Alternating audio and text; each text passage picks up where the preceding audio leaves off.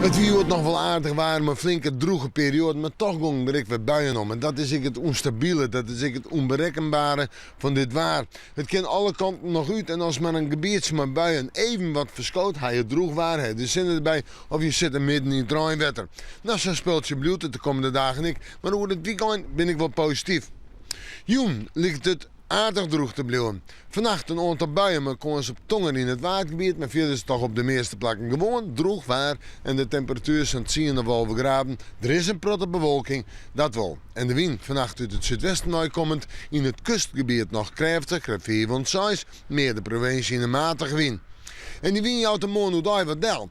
En ik ken ik nooit waren van Monudai. Maar opklarings, nou, meest bewolkt. Laten we het daar maar op houden. En dan eerst de droge periode. En in de midden en in de joentijd betieden Rijn of een aantal buien. Ja, dan blijft het toch weer zo volg. En hoe die een temperatuur om bij de 16 graden heen. De west-zuidwestenwind, ik zei het al, die houdt hem wat meer del, wordt matig. Dan zetten we terug naar het weekend, komen we sneeuwtje in. Een leuke dag, droeg waar, de zinnen erbij, 16 graden. 16 graden ik op sneeuw, maar droeg waar, zinnen erbij. En het kan ik wel een 17 graden worden. Uiteindelijk is het wat noffelijk waar, want het waait net zo, dus viel het wel noffelijk aan.